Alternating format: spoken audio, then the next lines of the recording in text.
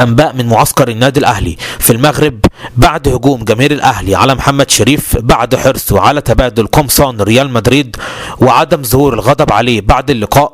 محمد شريف لجماهير النادي الأهلي: أنا أكتر واحد زعلان في الماتش.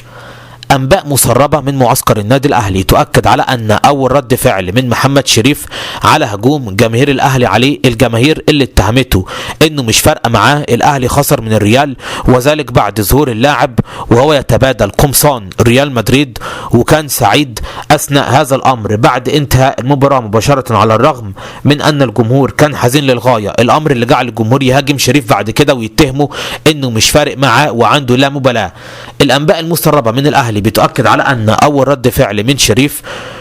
قال كده بالنص: أنا أكتر واحد حزين لأن في كذا كورة جات لي في الشوط الأول كنت أتمنى أن أحرزهم، كنت هدخل التاريخ. ومسألة تبادل القمصان ده شيء طبيعي حصل قبل كده في مباراة الأهلي والبايرن في كأس العالم للأندية، وذلك بعدما خسر الأهلي أيضا 2-0، وقتها لعيبة كتيرة جدا راحت تبادلت القمصان عقب انتهاء المباراة مباشرة، والكلام ده ما يدلش انه ما كانش سعيد ولا حاجة، لا ده كان حزين للغاية.